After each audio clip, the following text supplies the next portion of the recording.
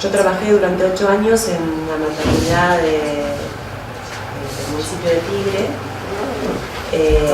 con un proyecto que se llamaba Maternidades Centradas en la Familia, que lo financiaba UNICEF con un programa, y bueno, estaba a cargo de la implementación de todos los cambios requeridos para transformar el paradigma de atención. No estaba a cargo del programa de UNICEF, sino que era como era la referente en mi hospital.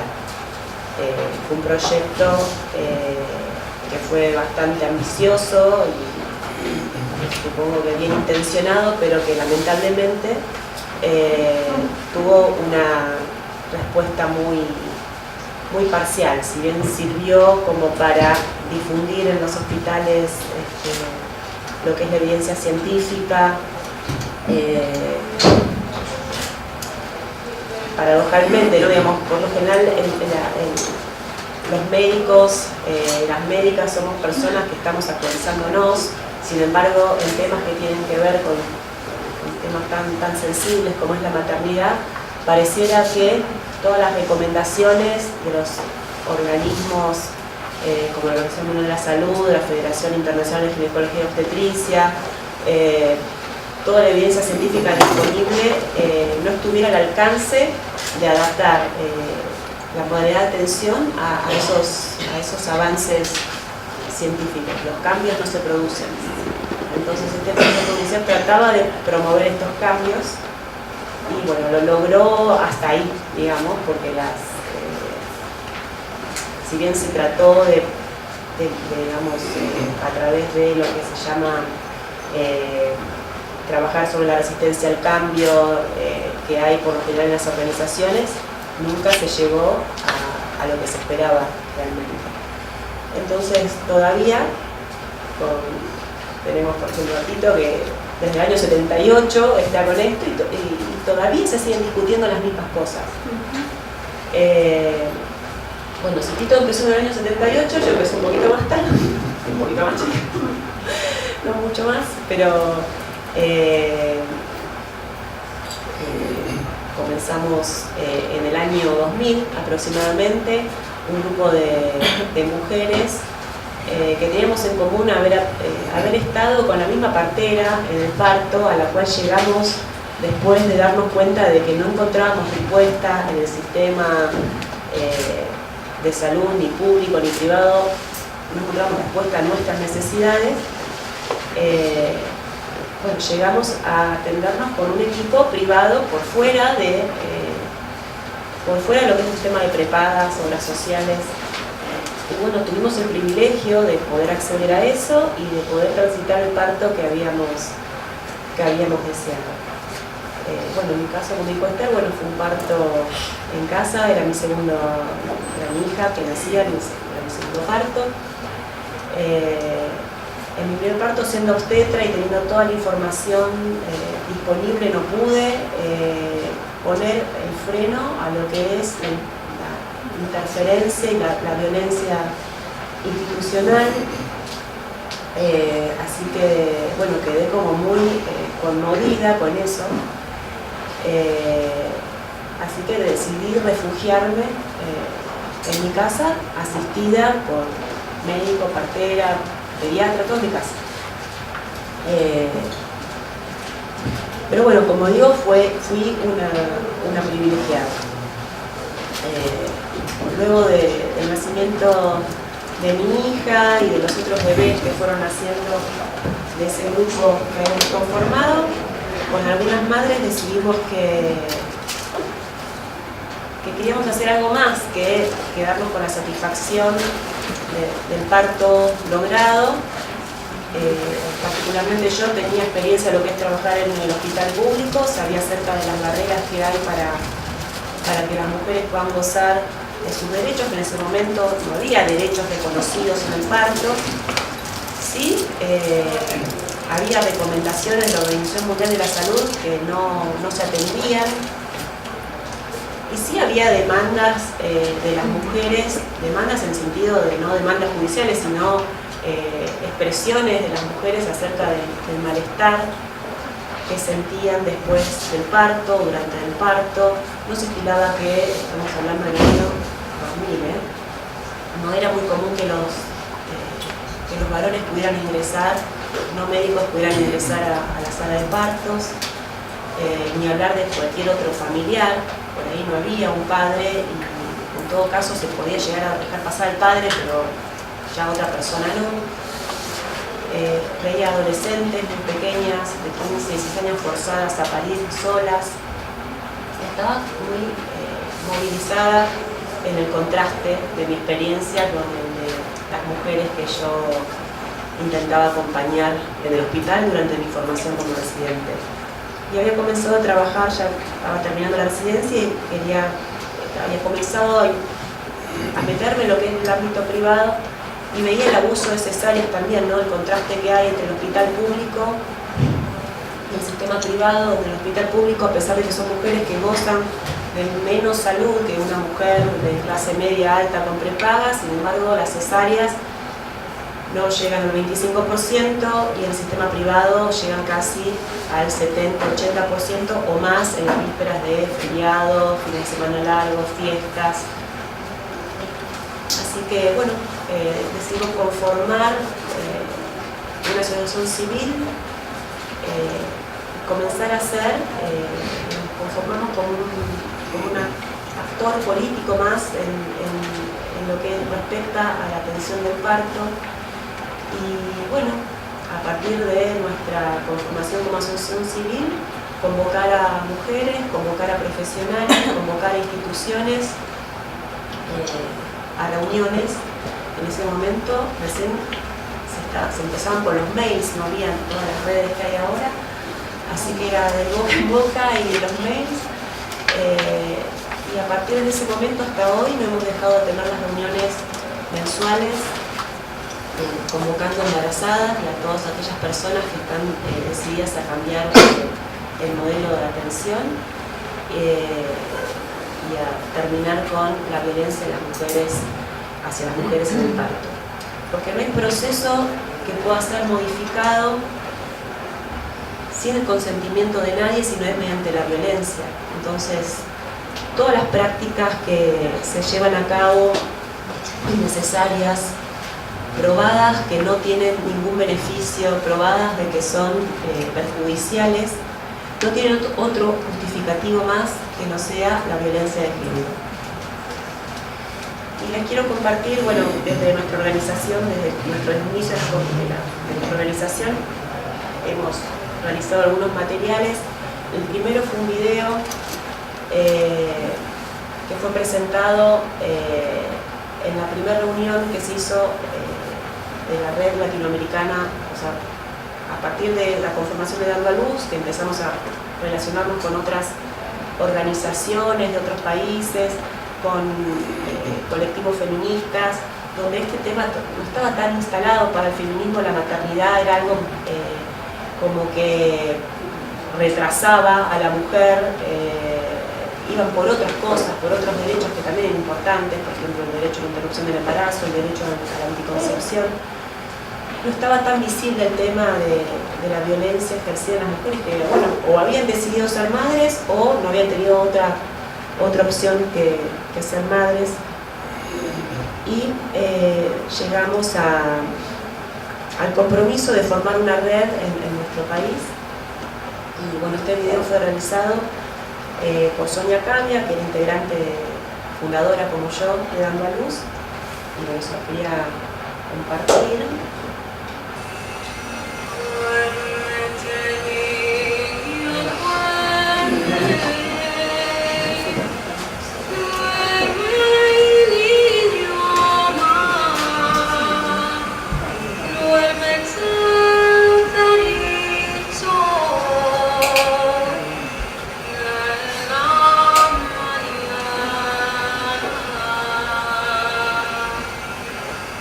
Anita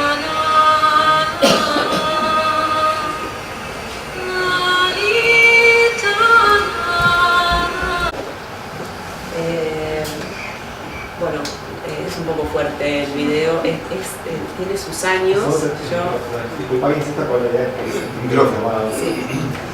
Bueno, es un video que tiene sus años, fue hecho en el año 2002, yo hace bastante que no lo veía, pero bueno, es que esto está filmado en un hospital público, en un hospital público que en esa época estaba bajo lo que se llama el programa de maternidades centradas en la familia. Algunos cambios se pudieron hacer, pero en lo general todo esto sigue pasando.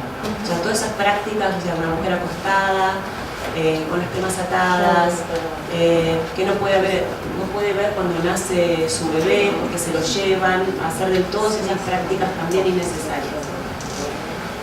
En esta época todavía no existía la ley de parto respetado, ni se configuraba esto como un tema de violencia de género. Se tomaba como un tema así, violento, pero no estaba, digamos, visto como parte de violencia hacia las mujeres. Pero bueno, este video nos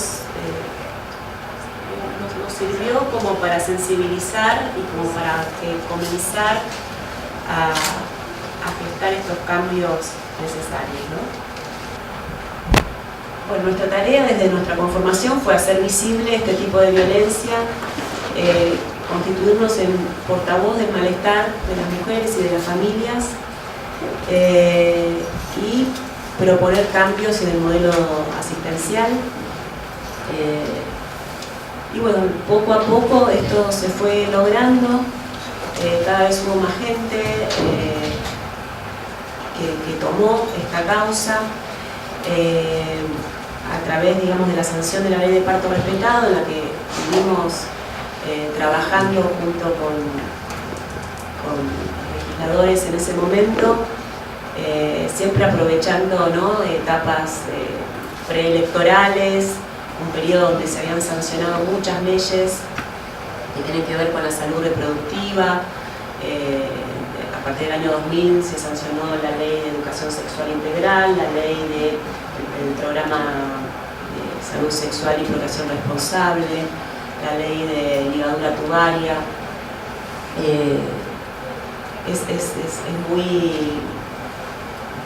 Es muy loco pensar que hasta hace poco los métodos anticonceptivos no eran accesibles para la mayoría de las mujeres, solamente eran accesibles para las mujeres que lo podían pagar.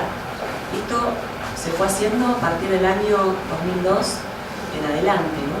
Bueno, en ese marco de esas leyes, bueno, pudimos meter la ley de parto respetado, que salió por un montón de cosas que le faltan, pero porque bueno, fue bastante peleada, digamos, la redacción de la ley, pero por lo menos sirvió para hacer visible que esto no podía seguir. Porque si hay una ley que dice que a las mujeres las tienen que tratar con respeto y dignidad, es que ese respeto y dignidad no existía. Si hay una ley que dice que tiene que ser atendida a sus pautas culturales, es que ese respeto no existía. Y desde esa base, bueno, hicimos la campaña de difusión de derechos a través de nuestros videos que están disponibles en nuestra página. Y bueno, y se fueron difundiendo.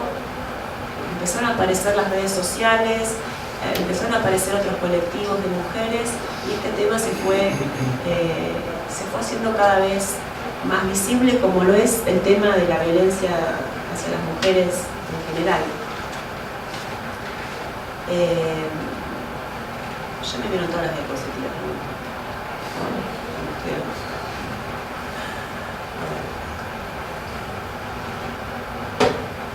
Bueno, esto es una captura de pantalla de nuestra organización, de nuestro Facebook, que es, digamos, la principal actividad que tenemos es contestar todas las preguntas que nos llegan a través de Facebook. También tenemos un Twitter y acá estamos promocionando nuestra próxima actividad, que es nuestra web mensual para mujeres y parejas gestantes. ¿Se ve lo que dice? Está re chiquito ya. Bueno, dice, ¿no? En realidad, bueno, difundimos en Facebook y difundimos a través de Twitter, ponemos cosas como no digas que no te avisamos, información es poder, si hay preguntas que tu médico obstetra no te animás a hacerle o no te puede responder, vení a acercarte a nuestras reuniones. Y lo que hacemos en esas reuniones es promover y difundir lo que es un parto fisiológico y lo que es la fisiología del parto y lo que son los derechos. Y alentamos el diseño de lo que se llama plan de parto, que es un plan de parto que puede ser que lo tengan impreso o puede ser que lo tengan interiorizado y estén muy seguras de aquello que necesitan para el parto. Promoción de derechos, la mayoría de las mujeres saben que hay una ley de parto respetado, saben que hay una ley que erradica la violencia hacia las mujeres y que trata de prevenir la violencia hacia las mujeres, pero muchas de ellas no saben qué es lo necesario o con qué cuentan ellas para parir. El relato de los partos se ha perdido, ahora es un relato tomado por el discurso médico. La mayoría de las mujeres jóvenes tienen más naturalizada la cesárea, porque digamos, la mayoría de los jóvenes hoy están naciendo por cesárea, sus amigas han parido por cesárea, entonces cuando vienen con inquietud relacionado al parto es como son un bicho raro, entonces nosotros tratamos de empoderarlas en ese sentido, ¿no? Muchas veces vienen con sus parejas también. Para hablar acerca de la violencia obstétrica configurada como una violencia de género, quería, por ahí hablar un poquito, solamente algunos conceptos que tienen que ver con el género. Ustedes saben que el género es una construcción social que nos asigna comportamientos según hemos nacido con genitales masculinos o con genitales femeninos. Y asigna comportamientos y las funciones y la valoración entre las relaciones entre hombres y mujeres. Es una construcción social y cultural. No podemos hablar de género sin especificar, digamos, y sin reconocer que todas nuestras conductas están atravesadas por algo que se llama el patriarcado, que es el sistema que ha establecido durante miles de años y a través de, y es transversal a muchas culturas, porque eso es, digamos, lo que tiene de característico y por eso persiste tanto. Es un sistema que establece jerarquías sobrevaluando lo masculino. Esto no solamente lo vemos en nuestra sociedad, en puestos de trabajo, sino en otras culturas orientales, ancestrales, donde siempre, digamos, los líderes o quienes aparecían como líderes o la historia fue contada a través de los líderes que son masculinos. Y asigna al sexo biológico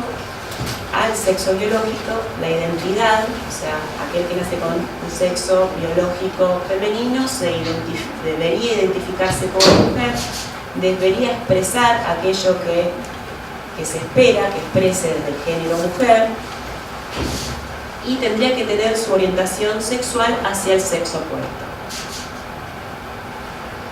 Se socializan estereotipos en base a esto.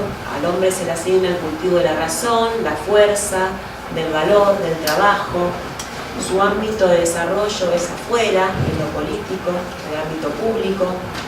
A la mujer se le asigna el cultivo del sentimiento, el sacrificio, la abnegación, la ternura, la belleza. Es la reina del hogar. Se desarrolla en el ámbito privado y su principal tarea es la maternidad.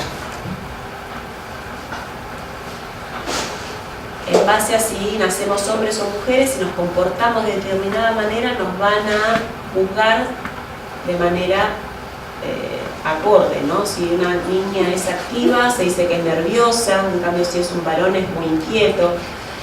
Si la niña es insistente, es una terca. Si es varón es que es tenaz. Si es sensible, la mujer es delicada, pero el hombre es afeminado o maricón. Si es desenvuelta, se dice que es varonera o grosera. En cambio, si es hombre, es seguro de sí mismo. Si una mujer es obediente, es dócil. En cambio, si un hombre es obediente, es débil. Si es temperamental, es una histérica, una loca. En cambio, si es temperamental, es un apasionado, el varón. Si una mujer es audaz, es impulsiva o actúa sin pensar, es loca también. En cambio el hombre es valiente, si es curioso es una preguntona, si es, en cambio el varón, si es curioso es inteligente, si es prudente es juiciosa, en cambio si es prudente el varón es un cobarde, y si no se somete es agresiva o una loca, y el varón es fuerte. El sistema sexo-género valora lo masculino como superior y lo parámetro del humano. Todos los parámetros médicos, por ejemplo, están hechos en base al sexo masculino. Cuando estudiamos anatomía, y esto me lo recordó un chico de la secundaria, pues yo doy talleres, sigo trabajando en Tigre, doy talleres de educación sexual integral, y un chico de sexto me dice, hablando sobre los genitales, me dice que él leyó que el órgano genital del clítoris de la mujer es lo que sería en el varón el pene, pero es un pene atrofiado, ¿no? Entonces, y yo recordé que son cosas que yo estudié así en la Facultad de Medicina. Entonces, digamos, todo el sistema con el cual estudiamos es muy androgénico, está basado en parámetros que son de hombre blanco, varón, treintañero. A partir de ahí todo ya se va apartando de lo que es la normalidad. El sistema sexo, género, político, patriarcal, todas las diferencias biológicas, culturales y económicas se convirtieron en desigualdades sociales, discriminación e inequidad. La mujer nace según los valores del patriarcado para ser madre y debe desear ser madre. Se espera de ella docilidad, resignación, entrega. Las madres no tienen sexualidad y la sexualidad está ligada a lo reproductivo. En base a esos valores se criminaliza a la mujer que decide interrumpir un embarazo no deseado, o se obstaculiza el acceso a métodos anticonceptivos, o se deslegitima la presentación de planes de parto y recepción neonatal.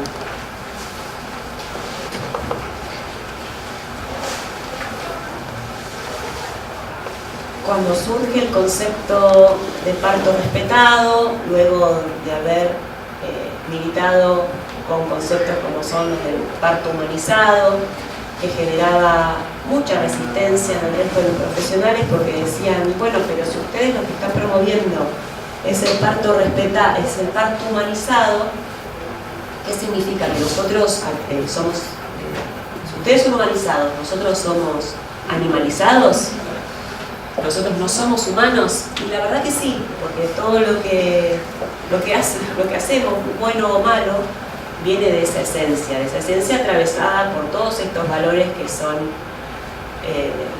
patriarcales. Y al ser patriarcales, son misóginos. Entonces, bueno, se empezó a acuñar el término del parto respetado, y ahí también empezó el debate. Parto respetado, ¿por qué? ¿Qué respeta el parto respetado? ¿Respeta la decisión de las mujeres? ¿Respeta a la biología? O sea, ¿hay un respeto por la fisiología únicamente? ¿Quiénes pueden garantizar el parto respetado? ¿Los médicos? De ninguna manera, dicen las parteras. Somos nosotras, las profesionales formadas en la atención de partos normales, las que podemos garantizar que una mujer tenga el parto respetado, porque el médico está formado para la intervención. Entonces, otros médicos que deciden sumarse a estas causas, a los que ya venimos, nos sentimos un poco mal, ¿no? Entonces, bueno, se abre todo un terreno de disputa acerca del parto y acerca de lo que es el cuerpo de quién es el cuerpo de la mujer, de quién es el cuerpo del parto. Y también es un territorio en disputa por el sistema sanitario, que como saben se divide en sistema público y sistema privado, está segmentado, el nivel de acceso depende de los ingresos de la mujer, que va a poder acceder a un tipo de atención o a otro. Todas estas son barreras que intentamos que se vayan borrando. De parto respetado, a través, digamos, de la difusión de lo que sería el parto respetado, bueno, se llegó a acuñar el término de violencia obstétrica, que comenzó a utilizarse cuando se sancionó la ley de protección integral hacia las mujeres, que esto fue en el año 2009.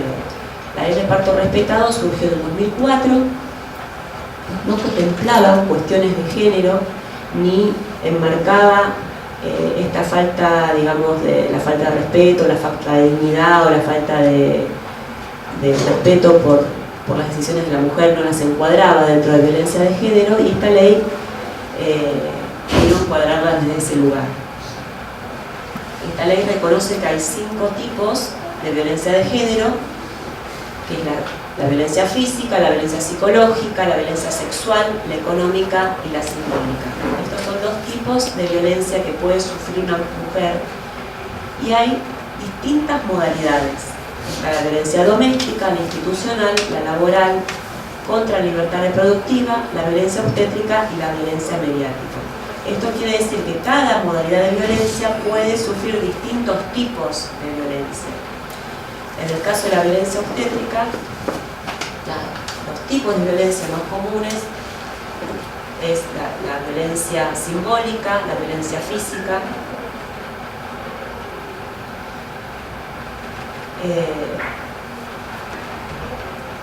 estoy acá repitiendo, bueno, la definición de violencia obstétrica en la ley es una modalidad que está descrita en el artículo 6, dice que la violencia obstétrica es aquella que ejerce el personal de salud sobre el cuerpo y los procesos reproductivos de las mujeres, expresada en un trato deshumanizado, abuso de medicalización y patologización de los procesos naturales, de conformidad con la ley 25929, que es la ley de parto respetado. En la reglamentación de la ley de erradicación de la violencia hacia las mujeres, se define como a la violencia obstétrica como trato deshumanizado, trato cruel, deshonroso, descalificador, humillante y amenazante ejercido por el personal de salud en el contexto de la atención del embarazo, parto y posparto, ya sea en el recién nacido o en la mujer, y también en las complicaciones de abortos espontáneos o provocados, sean punibles o no. Entonces, la violencia obstétrica no es la violencia que se ejerce a la mujer embarazada, es la violencia del personal de salud a la mujer embarazada, a su hijo o a las mujeres que no van a parir, pero que están en el contexto de una pérdida de embarazo, en un aborto que puede ser espontáneo o provocado, que también sufren las consecuencias de la discriminación y de la violencia hacia ellas. ¿Por qué sufren estas consecuencias? Porque, como ya dijimos, cada vez que una mujer se aparta de lo que se espera que sea de ella, de su destino, de ser madre, está contrariando estos valores del patriarcado, y esto es lo que en el sistema médico hegemónico irrita tanto, ¿no? Me quedan 5 minutos.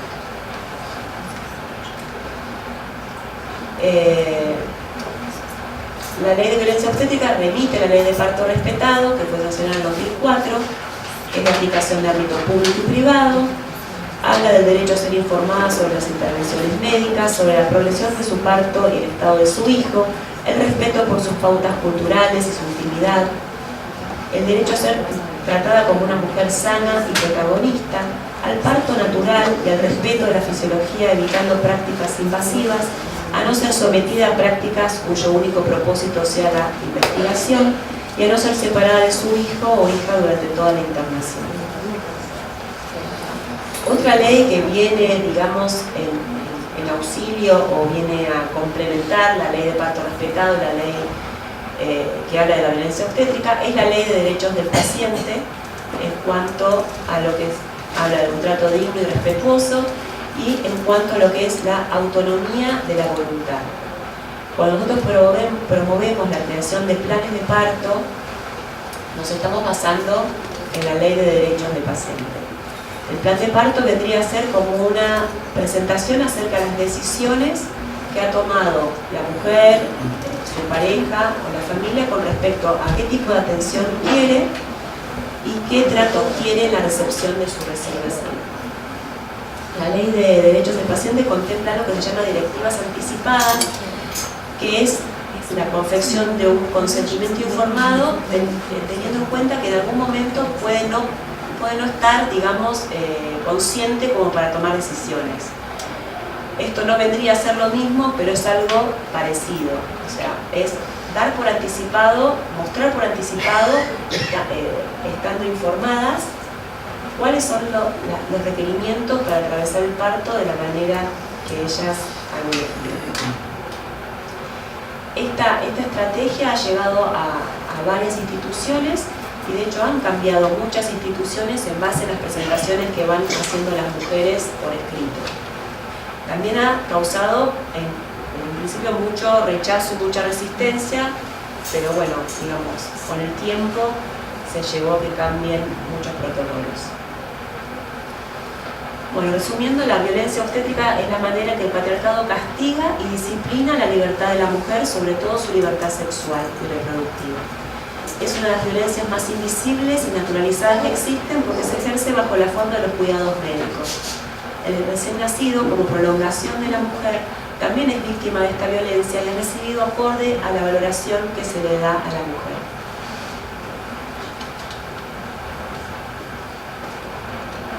Se ejerce a través de las prácticas rutinarias que describió Tito, que pese a la evidencia científica se siguen haciendo, la cascada de intervenciones que mencionó Tito.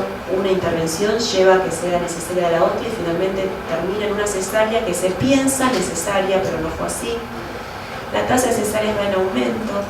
Hay una falta de regulación de las instituciones, en este caso, por ejemplo, el tema de las cesáreas en aumento sería la Superintendencia de Servicios de Salud, que en esta gestión se ha desligado de auditar a las obras sociales, y la falta de circuitos de denuncias efectivas y la falta de sanciones. Habiendo evidencia científica a favor de acompañar la fisiología del parto en vez de intervenir, y necesariamente lo único que explica la inobservancia de dicha evidencia es la violencia de género. Por eso hablamos de que la violencia obstétrica es violencia de género, y la eliminación de la violencia y el pleno acceso al parto respetado es todavía una conquista política y una deuda que tenemos en salud reproductiva.